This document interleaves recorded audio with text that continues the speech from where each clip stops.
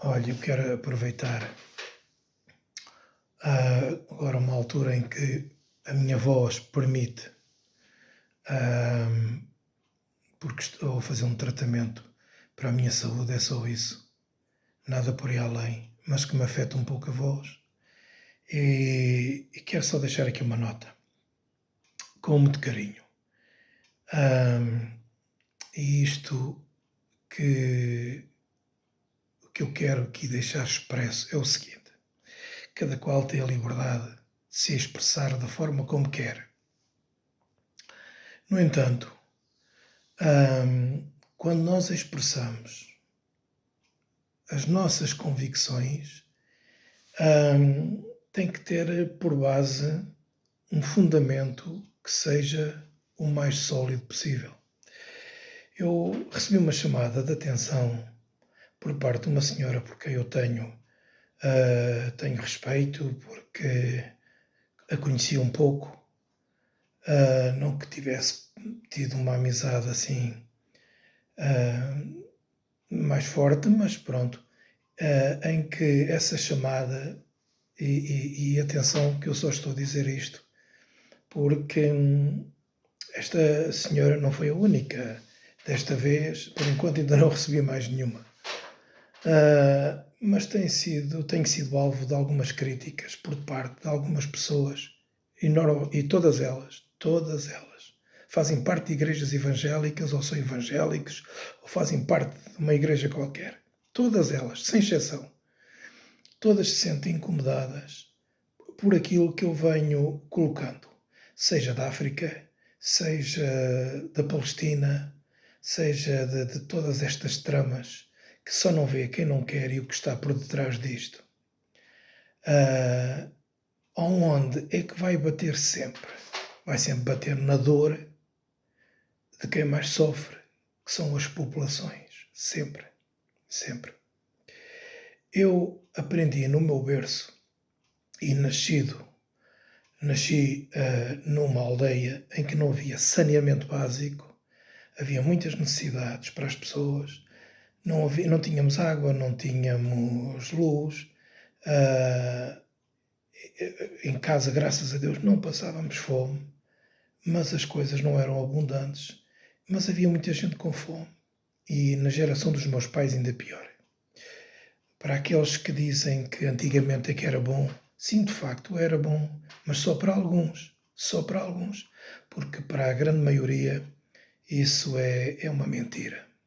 A maioria, para além de ser analfabeta, era também esfomeada, com muitas necessidades e muito trabalho em cima, profundamente alcoolizada, em que, para aqueles que são das aldeias e do mundo rural, conhecem a expressão sopas de cavalo cansado, e em que basicamente se dava, misturava-se numa tigela pão, açúcar e vinho tinto para dar às crianças que muito cedo iam para os terrenos, para a agricultura, cavar de sol a sol, e chamam isso de uma coisa boa. Muita gente chama isso que antigamente é que era bom. Pois, ok, é o olhar de cada um. Jesus falou disso, e é aqui que eu quero chegar. Nós não podemos dizer que somos cristãos e ser profundamente convictos de um bem-estar que é mais uma ilusão do que outra coisa. Jesus bem falou acerca disso.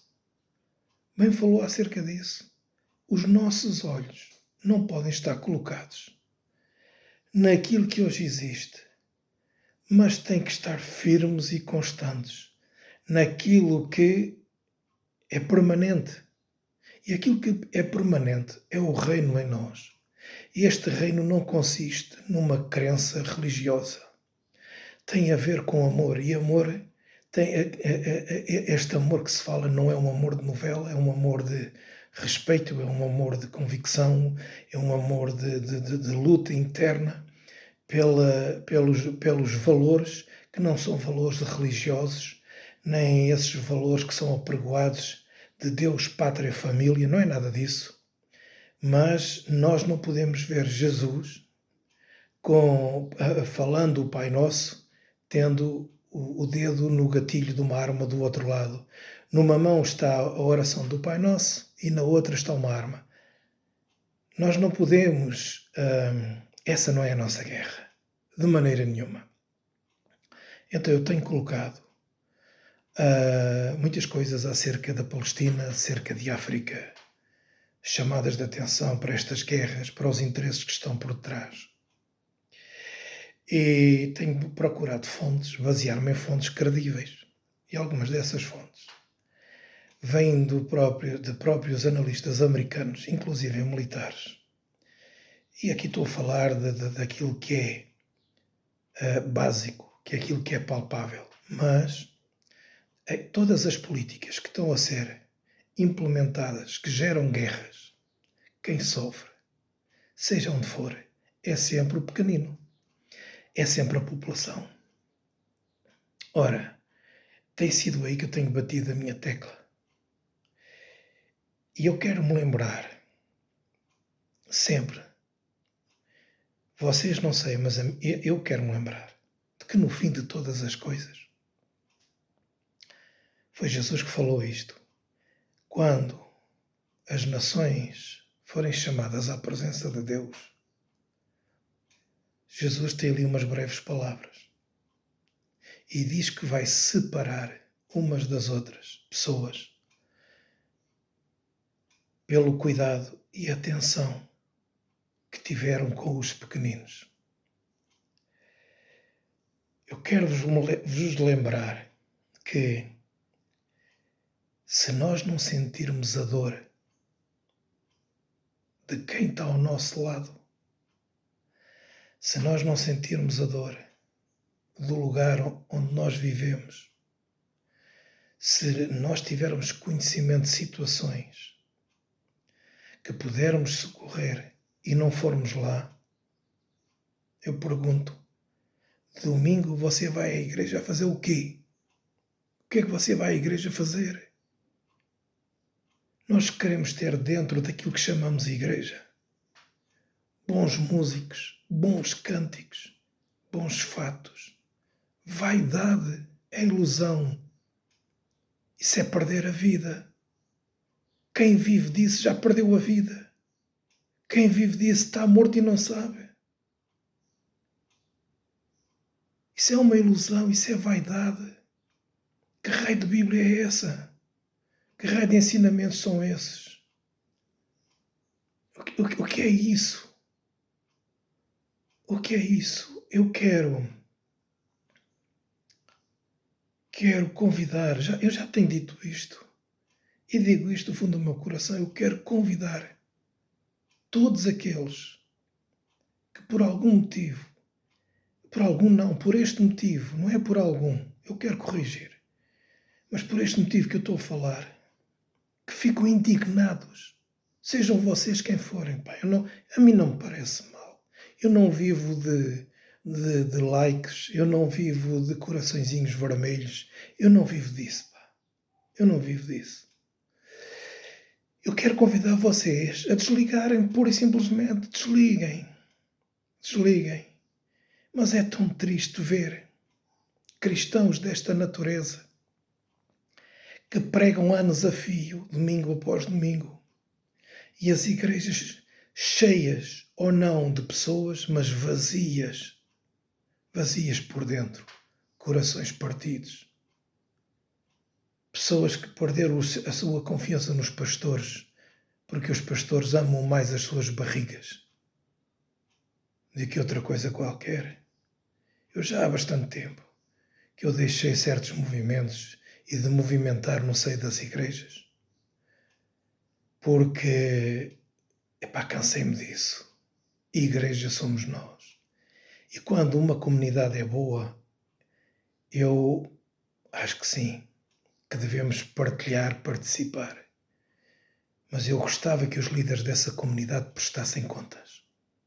Sim, prestar contas ao povo. Prestem contas ao povo. Porque já que têm coragem para pedir dinheiro para as ofertas, então tenham coragem para prestar contas, primeiro, do dinheiro que se gastou. Em que é que foi investido? E nas cidades onde vocês estão, nos bairros, quais são as obras que vocês têm envolvidas. Porque eu sei que há movimentos que têm obras, eu sei disso, e isso é bom, mas prestem contas. Tornem as coisas transparentes. Sempre que se mexe em dinheiro, deve-se prestar contas, sim senhor. Isso tem que estar tudo registado e tem que se prestar contas. Agora, passar anos a fio a pedir ofertas sem prestar contas a ninguém, sem adulterando os números. Sim, adulterando os números. Eu conheci, não foram poucas as pessoas que adulteraram os números para ficar com o dinheiro, para usufruir do dinheiro. E tudo em nome de Deus. Por isso, eu quero dizer que eu vou continuar a pôr no meu Facebook, no Instagram, no TikTok, nas redes sociais, enquanto não me banirem por completo, porque já fui avisado no Facebook várias vezes, a Meta já me avisou várias vezes e qualquer dia sou banido. Quase já ninguém vê as minhas coisas, a não ser nos stories. Quase ninguém vê. Mas eu quero avisar que eu vou continuar a pôr aquilo que eu quero. E enquanto eu puder me levantar, ter saúde, para ajudar alguém que me peça ajuda ou que eu veja que possa ajudar, eu vou fazer. Porque é o que Jesus mandou fazer. Jesus não me mandou ir aos domingos todos os dias à igreja. Não foi isso que ele disse. Ele olhou para aquele homem rico e olhou para ele e disse que o amou. Porque aquele homem se começou a afastar muito triste. Porque ele pensava que ia causar boa impressão. É isso que a igreja está a tentar fazer. A causar boa impressão. De boa impressão está o inferno cheio. Não é isso que Deus espera de nós. Não é causar boa impressão. O que Deus espera de nós é que a gente continue a crescer por dentro. E que o nosso pensamento, que a nossa atitude, que o nosso olhar seja cada vez mais parecido com o olhar de Cristo. É só isso. É só isso. As grandes coisas que a igreja fala disto e daquilo têm a ver com humildade. Por isso eu não quero responder diretamente a esta minha irmã. E nem vou responder a ela. Eu a respeito. Respeito a opinião delas. Obviamente tenho que respeitar a opinião de cada um. Mas não se incomodem comigo. Basta apenas deixar de seguir. O que eu gostaria mesmo, é que cada um de vocês que não gosta daquilo que eu ponho tivesse uma revelação. Já que falam tanto em revelação e na igreja fala-se tanto em revelação, então tivessem sim um apocalipse. Um apocalipse. Revelação. E olhassem para vocês mesmos. E que no fundo do vosso coração vocês se interrogassem se é certo ou é errado.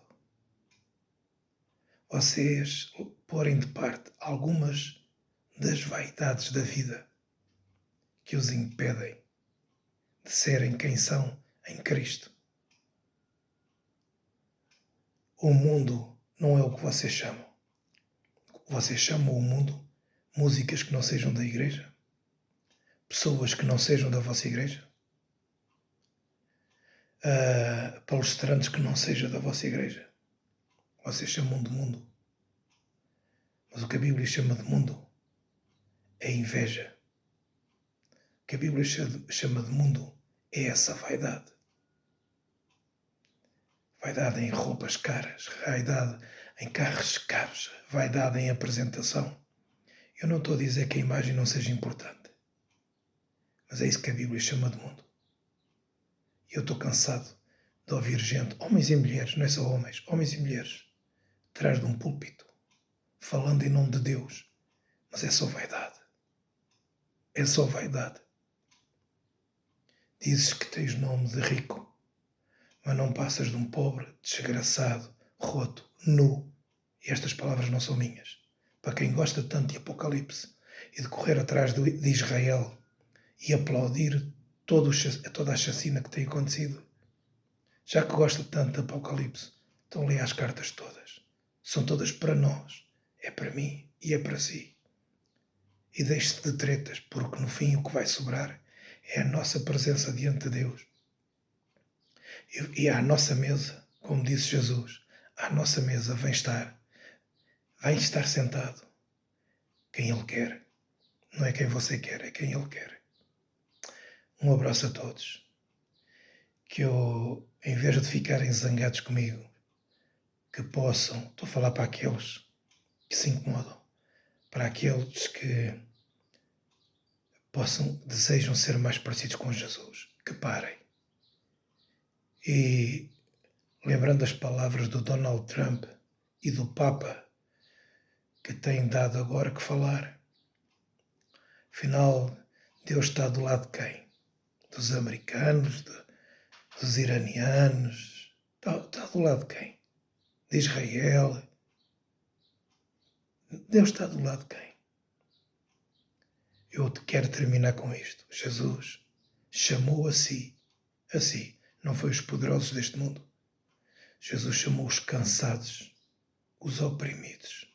Quem são os oprimidos? Quem são os oprimidos? Jesus chamou a si aqueles que de facto ele prestou mais atenção, que estavam a sofrer. Lamento se não gostam dos meus stories. Lamento que eu só ponha. Eu não ponho só, mas tenho posto bastante e vou continuar a pôr. Lamento se não gostam. Mas eu quero chamar a vossa atenção para aqueles, os aparentemente desgraçados. E é de propósito que eu ponho a palavra aparentemente. Os aparentemente desgraçados. Foi esses. Aqueles que aparecem nos stories.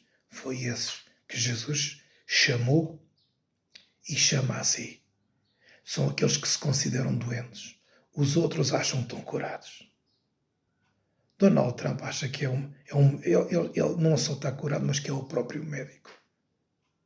Os poderosos deste mundo acham que estão curados. Têm a razão deste mundo. Mas não foi isso que Jesus disse, para não.